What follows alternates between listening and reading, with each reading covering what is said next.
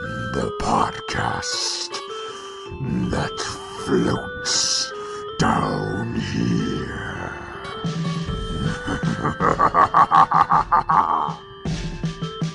Hi, I'm Melissa, your Stephen King veteran. Hi, I'm Ben, the Stephen King and horror film fanboy. And hello, I'm Luke, your first-time Stephen King reader.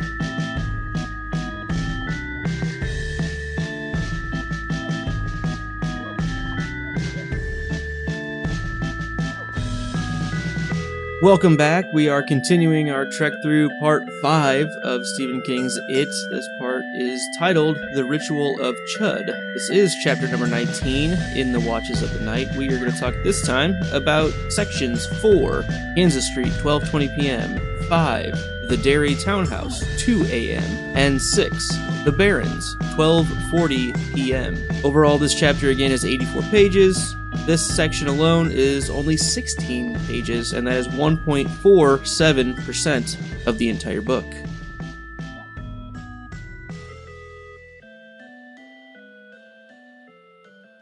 All right, let's go ahead and jump right into section 4 here. Kansas Street, 12:20 p.m. This is a bit of the tail end of what we saw previously at the very end of section 2, I believe. And it starts right off with Belch being right on Bev, or Belch, Victor, and Henry being right on Bev's tail. Melissa, I'm going to let you kick us off here. Well, so this section 4, Kansas Street 1220, was a whopping 2 pages long, right? So not a ton happening here. My biggest sort of takeaway is that it says in here that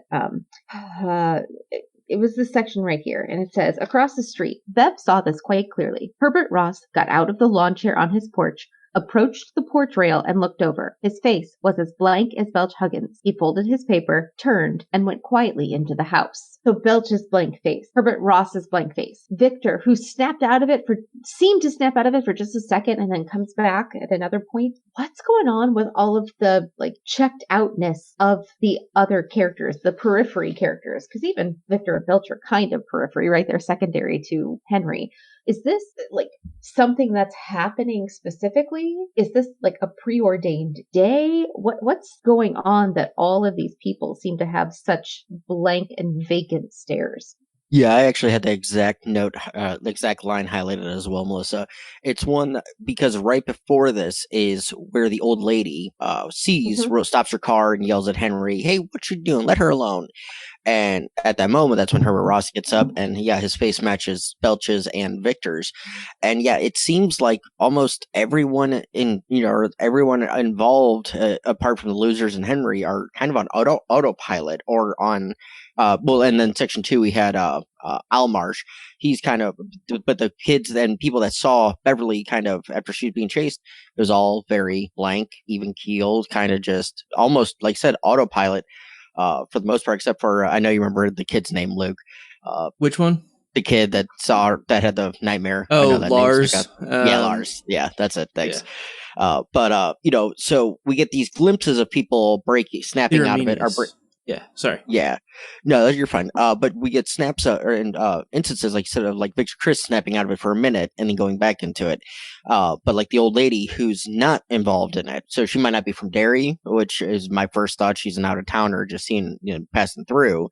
But also she may be one that's tried fighting it in the past, or that's maybe not it specifically, but fighting the temptation to cruise along. Maybe. Yeah, it's an interesting way of putting that for sure. Especially because, we've seen this social apathy around town over and over again. And now I think what Victor and Belch are kind of going through are a little bit different than that. I think they're more on casters being pulled along, where the guy who saw what was going on just chooses, nope, not getting involved. That's people who take care of that thing are going to take care of it, and that's not me, so I'm staying out of it. The same thing we've seen with the gang that came in town and got shot up. The town takes care of itself, and the people who are in charge of that will do it. And that's very much like you see someone taking a hacksaw to a bike chain, most likely you're not going to stop them because that's probably their bike, right? Like, this is normal. It's fine. Like,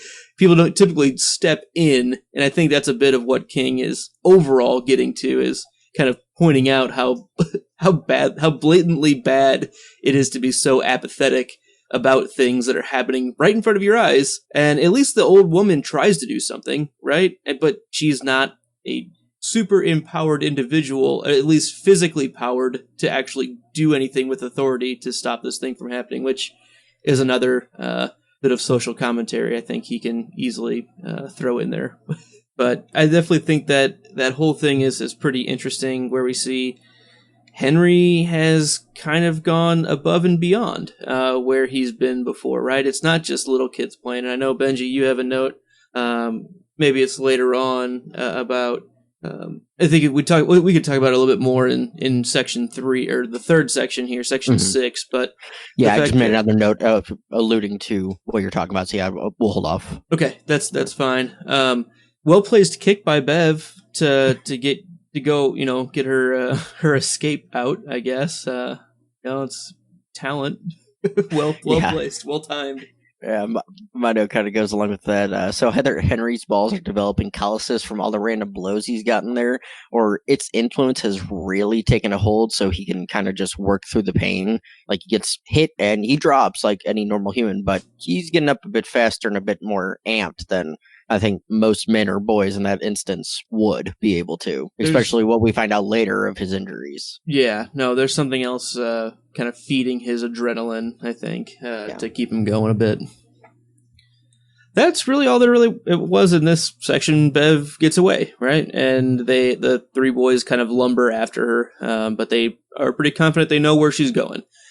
So, if we're ready, we'll move into section 5, the Derry Townhouse, 2 a.m., This is exactly where we thought this section was going, and Ben, I'll let you kick this one off. Yeah, so giving credit to his feelings for Beverly being what drew him to Audra, giving him the courage to approach her. I like that he's acknowledging that. I think it's something we've all I'm saying it's a self-acknowledgement that we've all made the point of at some point in this podcast of how Audra resembles her, and it's what probably drew him to her in the first place. So that's all I'm saying, is the credit of Bill finally realizing, oh, well, shit, okay, that kind of makes sense now. I thought it was pretty interesting that he just now realizes, that she looks like Audra. It's a little bit like, your head out of your ass, man. Come on.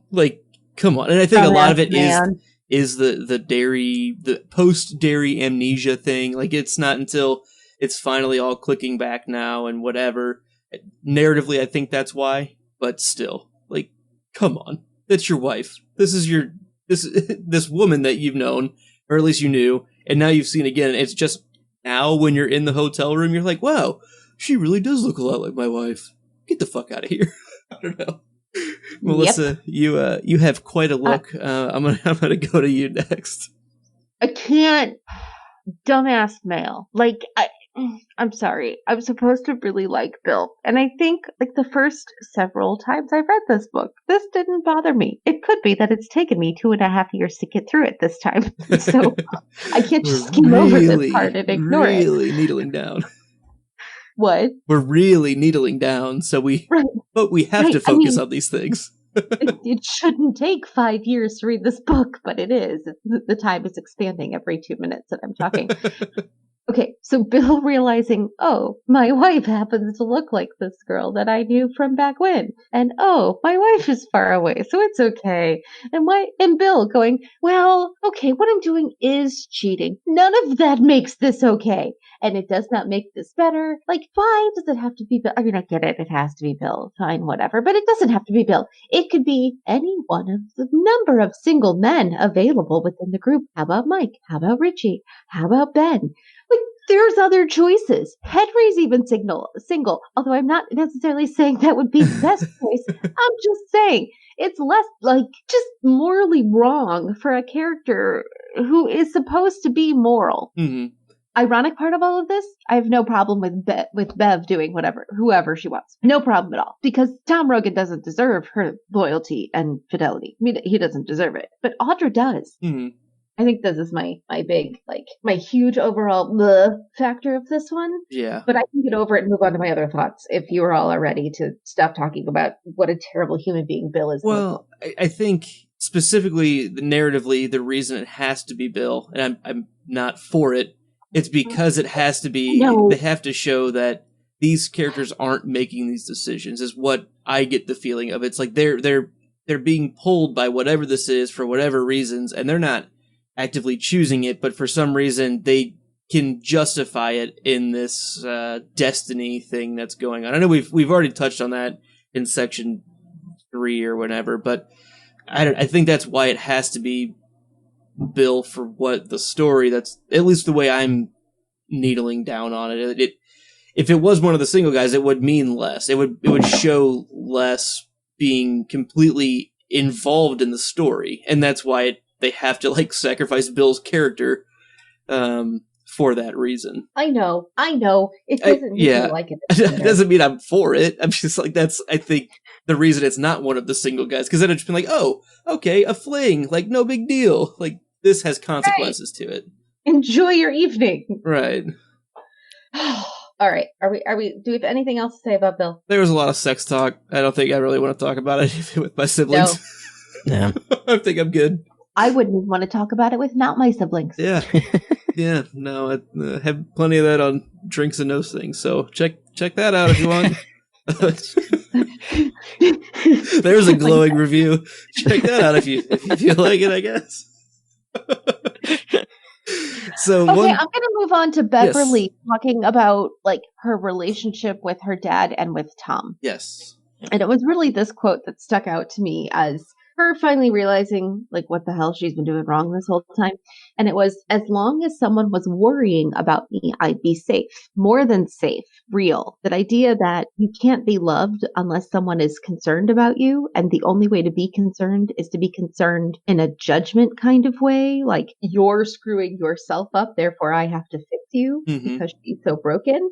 And the fact that, like, the idea of being safe does not mean safe from that person. Oh, absolutely. That was the other main thing that I highlighted in this section as being really just, she grew up such a traumatic way with the way her dad raised her. And I mean, we've noticed the parallels between the two of them as soon as we started learning about her father, right? Because we learned about Tom first.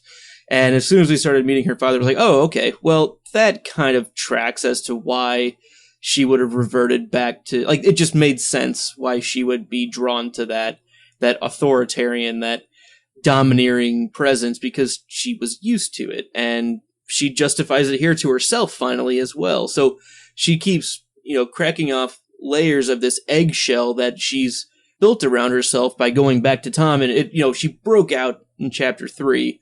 And then, she's been consistently pulling off, more bits of the eggshell. And I think now, unfortunately, it's this section here also that kind of knocks maybe the very last bit of whatever that traumatized eggshell around her was. I don't know if that's a good analogy or not, but that's kind of how I was looking at it as I was talking out loud. Benj, what are your thoughts? No, I actually, I do agree. It's, it kind of goes back to what we were talking about with the Bill and Audra thing. It's the realization of, because I think kind of find the parallels in that instance of Audra reminds him, not just visually, but I think character-wise, the one character chapter we get of Audra, I could see Beverly doing the exact same thing if it was for a husband she loved, such as Bill. So it's kind of along those lines of the parallels kind of match each other of why Bill chose Audra as a surrogate Beverly and why Beverly chose Tom as a surrogate father figure, because it's what she knew, what felt right, even if she didn't remember it. Because everybody has these, we talk about the amnesia from Derry, but Beverly, we get the feeling, forgot even about the traumatic instances from her father until this now. And that's something, even with the amnesia, it's really hard to forget, something super hard to forget. But, Bill, losing his brother, and forgetting about that, so it's kind of one of those of it. It's really interesting to see the impact that this amnesia and the echoes, the ripples, the memory ripples and everything like that have had over the course of time through these two characters' lives. Another character I think that kind of falls into a very similar thing is Eddie Kasprak with his mom and with Myra. I mean, he ends up doing very, very similar to Bill and Bev. A little bit different because, I mean, I don't think he's completely surprised. He literally in his head talks about how I know I married my mother, and he, over the years, we had that discussion of he realized that as he would tell his, I guess, coworkers and things, he was like embarrassed about it, but I don't know. It's, I just think there's a interesting kind of three-way parallel between what those three characters grew up, I guess, getting married to or being involved with in their adult lives. Melissa, what's your next note? So I just had two more little things. First of all, the point of view in this chapter jumped like crazy. It just kept sort of flipping between Bill and Bev. And at one point I was like, oh, I'm going to go track it. And then I said, no, I'm not. I don't think I'm going to do that. I'm simply going to say it's happening a lot, and it's like a tennis match. But it was more subtle than just watching dialogue. It was watching brainwaves dialogue, and my brain stopped. Yeah. But it was there. Yeah, I agree with you on that. And honestly, half the time it was hard to tell who was thinking what until one certain word was said. Like there was a few like instances where, because King doesn't specify, he thought, she thought, it was just I'm cheating on my wife, and blah, blah. And it's like, okay, who's thinking this one line or this and that? And it's like, you have to like actually pay attention and think out an audiobook, and you get kind of a feminine tone from the audio. Like, yeah, I was going to say that I think the audiobook does a really good job. I didn't really have trouble tracking who was saying what, just because the voice changes were subtle enough but clear enough that I was like, oh, that dialogue tracks. Or in the narrator voice? Both. Okay. Yeah, and that's the why dialogue is fine. It's the narrator voice that was a lot. Some of us actually read books on print. And I actually did read these chapters first before audiobooking a second time to do my notes and everything. So I see both sides of it. But yeah, no, it's it is. Shout out to the audiobook reader. He makes things a lot easier. Steven Weber. Yeah, Steven Weber. Right. The other thing I wanted to say is that there's a line in here about like, "Hey, Bill, you're not going to trick me, right?" or something like that. The whole Beverly and Bill flirting and being disgusting thing, but whatever. And Bill says, "Friends don't trick each other," and it just felt like 11 from Stranger Things, right? Friends don't lie. Yeah, friends don't trick each other. And so I just wonder how, I mean, this would be like a deep cut thing if Stranger Things took that idea, because that's set in the 80s. Like, it would just be very cool if Stranger Things had taken that from here, or that idea from a Stephen King feeling of like, this is how friends are, and rolled that in. But that's just wishful thinking, I'm sure. I haven't read enough King to know if it's been said before, but knowing Stranger Things, I wouldn't put it against them to say, hey, we're pulling this because it's very heavily influenced by his work and other 80 icons. I mean, I'll be honest with you, I don't see it. I can't recall it being a huge theme in any one thing other than Stand By Me, which was based off of his novella of The Body, and maybe Different one seasons. or two other. Yeah, I'm thinking of if there's another story that he wrote. But I mean, maybe. I don't The really know. Goonies. Yeah. That's not Stephen King, but yes. I know it's not. It fits as well, though. It does, though, right? It's the same idea. It's Every time I think of this 11-year-old group of kids, I just have a hard time not thinking of the Goonies. A lot of the times, it's very, very similar time period. Like I have that similar feeling, at least. Well, I think that's like the beauty of King, right? It's all about the middle-aged man looking back at how wonderful his life was when he was 11. And all of those stories that we're talking about were told in the 80s by middle-aged men. And when were they 11? In the 50s. So all the timelines kind of line up there. Yeah. And, I just had to pull it up real quick, because you're right, Luke. I do get a very Goonies vibe from this. Both Goonies and this novel came out in 1985. Right. Yeah. I wasn't sure the year of Goonies. I was thinking it was 82 or 83. So I was thinking maybe King took a little bit of influence, from, but nope. They just both came up, same exact time frame, had kind of similar-esque, Sure. I think we actually talked about that in one of our early chapters, 4 years ago at this point. Benji, what else? What else did you have here? Yeah, so I have this next line after the cheating on my wife part. His key rattled into the lock of room 311. If they had gone to Beverly's room on the 5th floor, they would have seen the message light on her phone blinking. The TV-watching desk clerk would have given her a message to call her friend Kay in Chicago. After Kay's third frantic call, he finally remembered to post the message. Things might have taken a different course. The 5 of them might not have been fugitives from Derry police when that day's light finally broke, but went to his, as things happen, perhaps been prearranged. So the first part of it, yeah, it's interesting that the bellhop, didn't even look up. You get a note like that, maybe do your job and watch for any female guests coming in. Hey, are you Beverly Marsh? No, have a good night. Well, it took him 3 times to even get the message up to the room anyway. I know. I'm just saying, lack of, due diligence.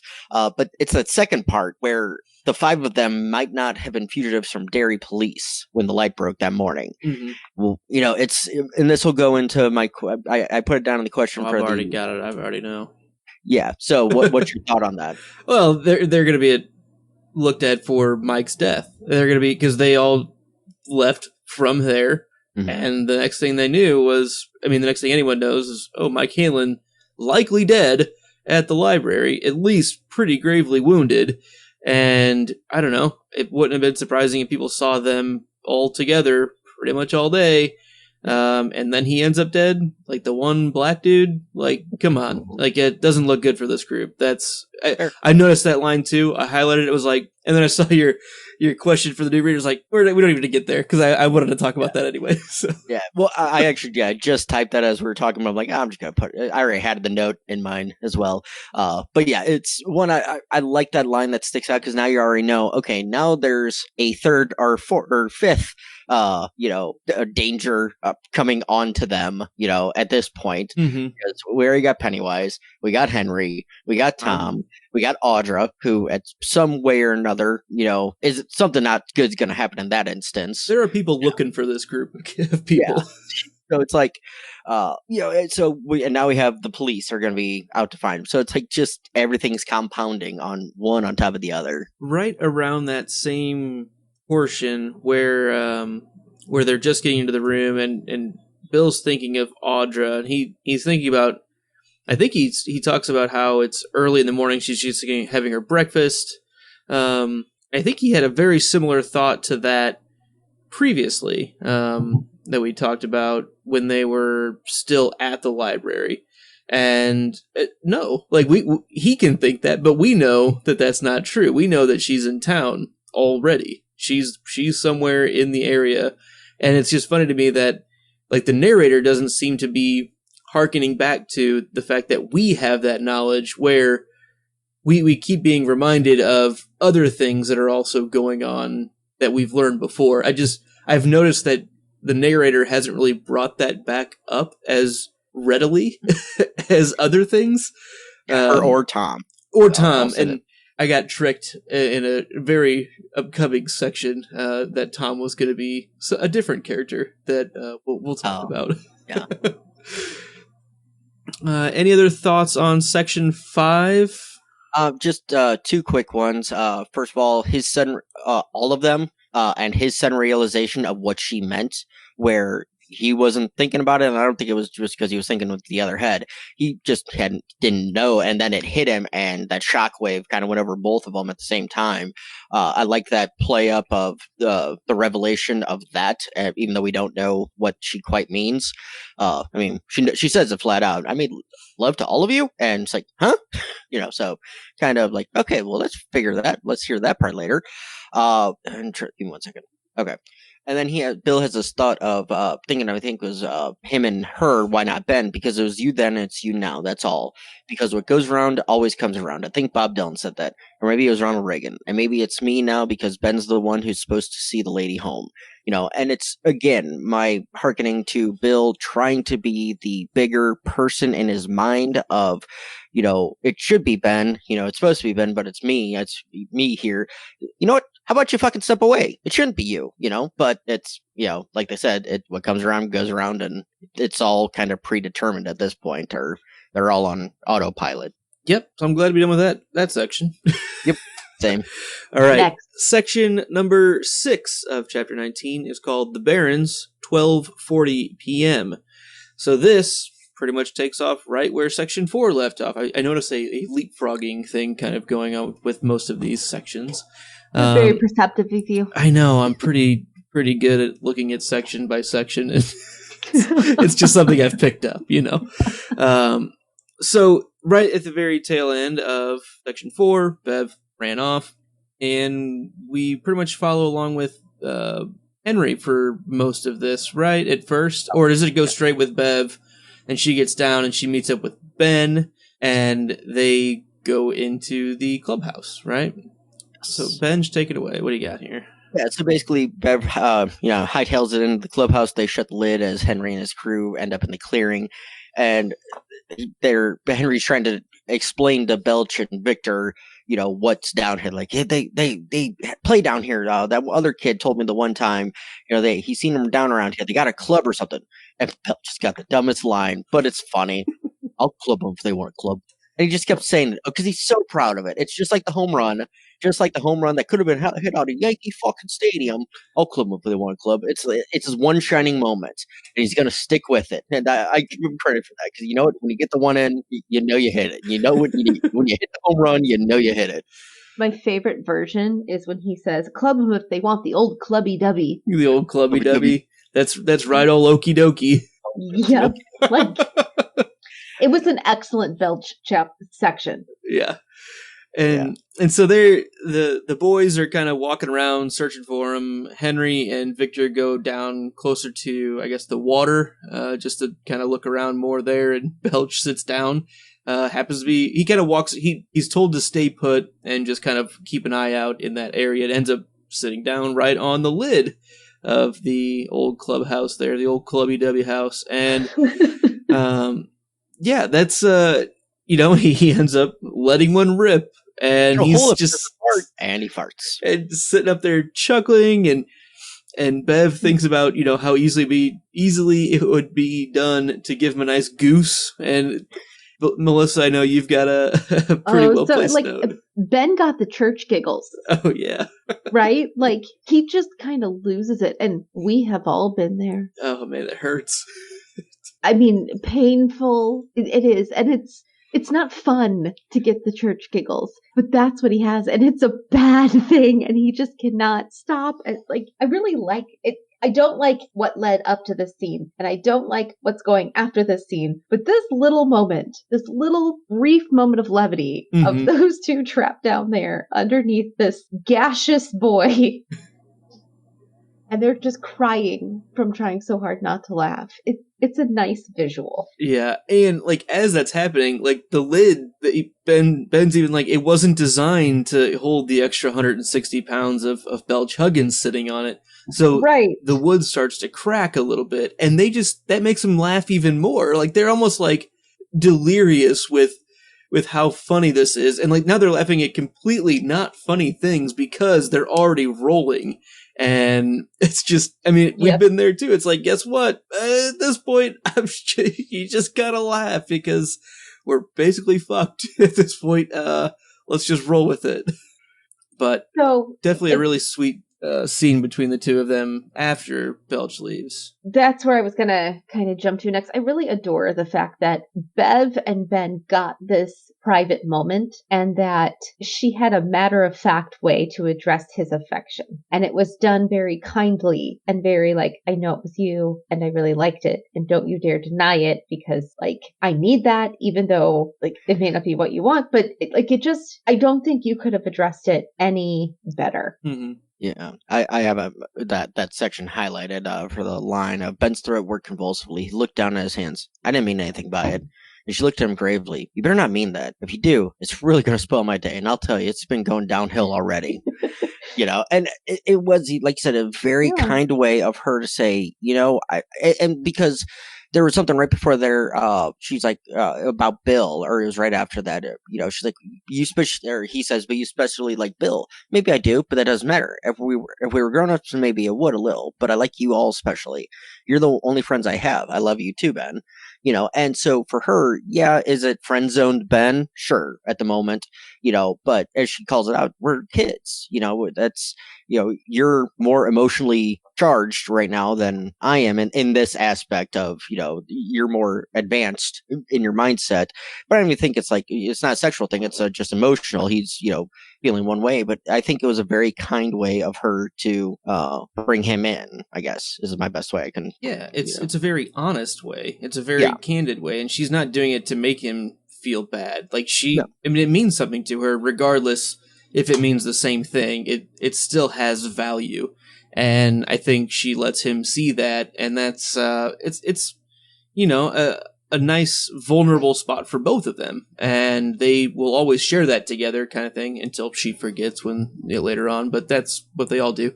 But it's a very, very nice moment between those two, and it was very, very well done by her. And at the end, he kind of owns up. He says, "Yeah, I wrote it," even though, I mean, that was already a foregone conclusion. She knew that, but they had that ultra honesty at that point of, okay, we can be open and honest about this reality, which is good. I liked it quite a bit.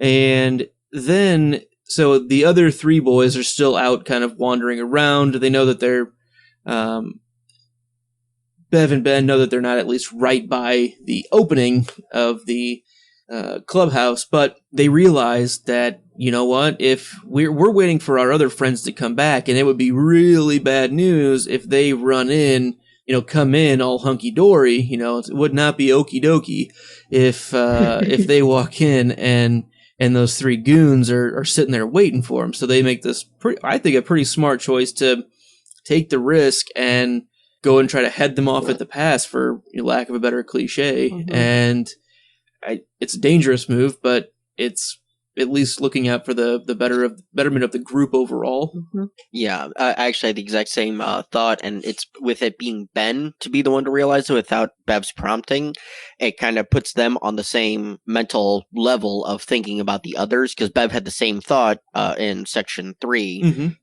During the run of, she's like, I need to get to the clubhouse to warn, find the guys. I need to make sure. Her thought process was because of it wasn't because of Henry. So it was, well, actually gets to be section 2 of this part of this section, part 2 of the section.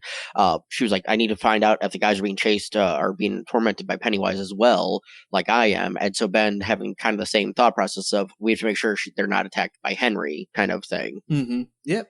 So I do have one final note for this section.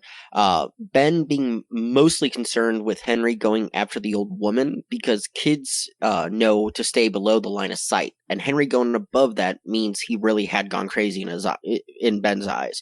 Ben's never seen that before. The kids have never seen that before. We've seen Henry do that before, though, with Mr. Goudreau. When he was taking on Eddie Kasparek, when he was mm-hmm. attacking him, he knocked Mr. Goudreau down. So we've already seen him go above the sideline mm-hmm. Before, and it didn't have any ramifications. So it makes sense to me now why he would go after the old woman, too, because he's done it once, nothing happened. Going after this woman, probably nothing's going to happen.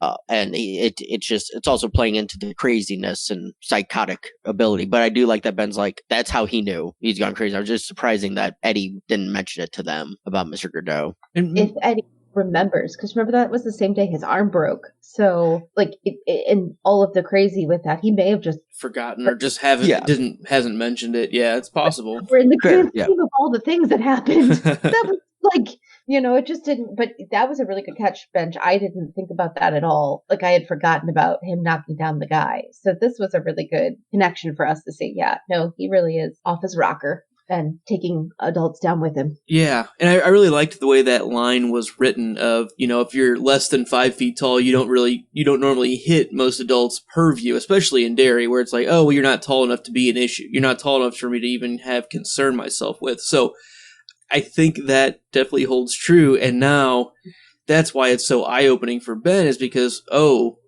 you're breaching that barrier of power. Again, it comes back to power, and Henry's just taking it. He's just taking the power and utilizing it, and guess what? Like you both said, there are no consequences, so why not keep rolling with it? And now you've got Pennywise in his head. encouraging this, like, it's only going to get worse. Like, nothing is going to Right. surprise me at this point from him, because he already had, same thing we've seen over and over, he already has these awful, awful thoughts, and then you Pennywise them up, and it's just, okay, yeah, it's a ticking it bomb, and he is, Sorry, them you two- turn Pennywise into a verb. you just gotta Pennywise it up a little bit. Get Pennywised.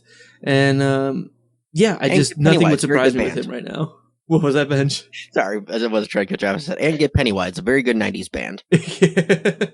Yes, it would be. No, Pennywise was actually a 90s band. Really? It was a ska band. They're phenomenal. I highly recommend them. Yes. Okay.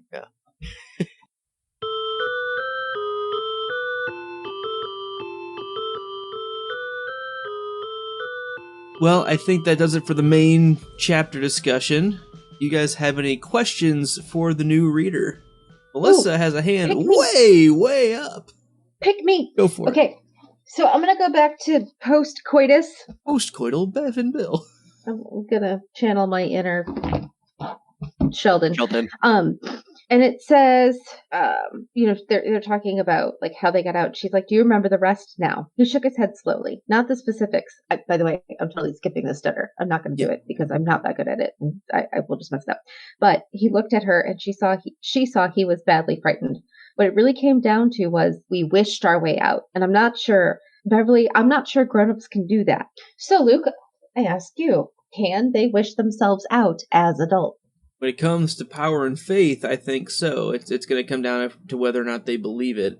And that's something that we've talked about pretty often, is the belief in that, which is, the faith in that power, or whatever that is. I think that is what it's going to take. And I think it will work again, whether or not it's the same exact ritual that they go through. I think we'll figure that out, and they may try it.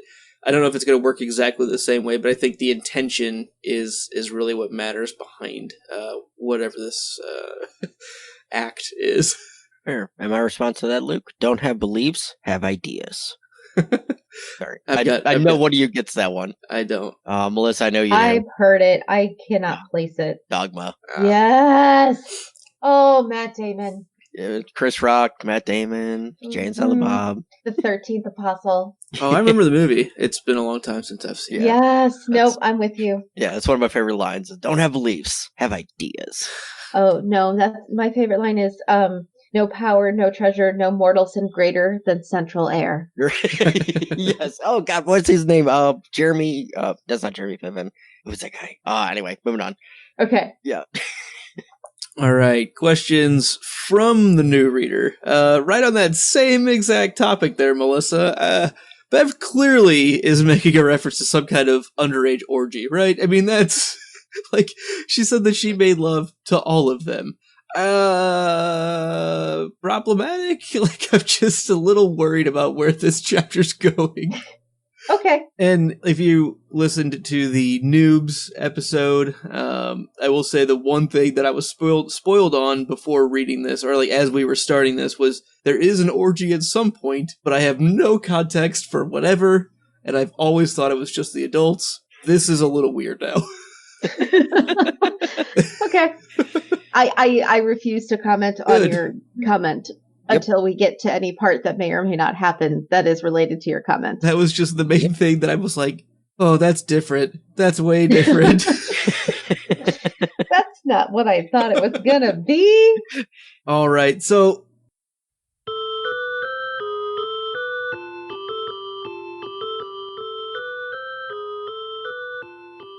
let's go into our favorite things. Benji, what was your favorite thing? Yeah, as Melissa so eloquently put it, the church giggles.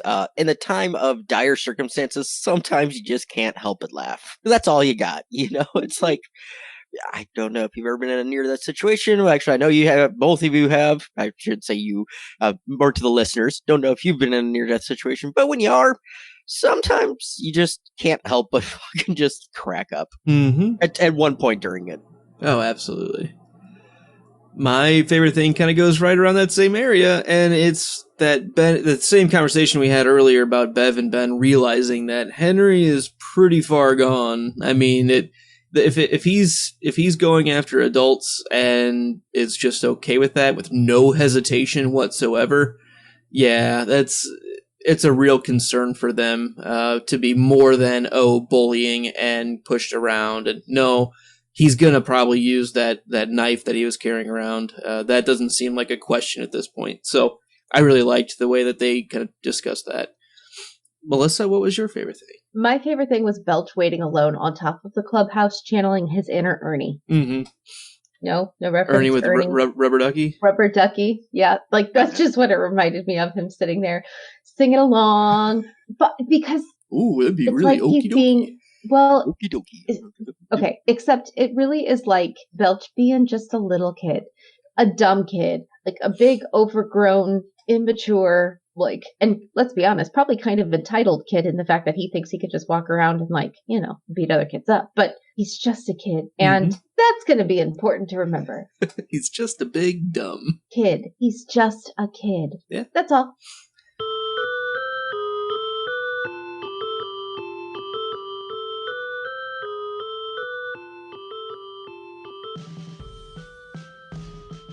Well, that will do it for this part of Chapter 19. We're going to call it Part B. Check us out on Twitter at FloatsDownHere. Also on Instagram, we post sometimes. And we would love to hear from you. If you have other thoughts about the show, feel free to send us an email known as a digital balloon to floatsdownhere@gmail.com. Check out this show and all of the shows at thepodcastthat.com. When you're there, check out the Support Us page and go to Audible, our Audible affiliate link, and where you can get a free book and a free 30-day trial. I am going to recommend the dramatized BBC 1980 version of Lord of the Rings. Really, really cool. They're about 3 or 4 hours long. There are great voices, like British actors from early 80s, including Ian Holm as Bilbo, which is awesome, and it really is really cool. I guess he might have actually been Frodo, I think, because he did all 3 of the main ones. There is a Hobbit version as well. Either way, get all 4 of them. You can get one of them on us. If you like it, get the other ones. Go to thepodcastthat.com/support us. Click on the Audible affiliate link today. Subscribe, like, rate, leave comments on iTunes and on YouTube. This show and all of our shows at thepodcastthat.com are produced with the love and support of our wonderful Imaginary Legion patrons. Learn more about our reward tiers at patreon.com/stayimaginary. We will see you again. Well, you'll hear us again in 2 weeks when we continue Chapter 19 for Part C, where we're going to go through sections 7 through 9, which are The Seminary Grounds, 2:17 a.m., Part 8, The Barrens, 12:55 p.m., and Part 9, Henry Gets a Lift, 2:30 a.m. You'll float too. Stay imaginary. Thanks.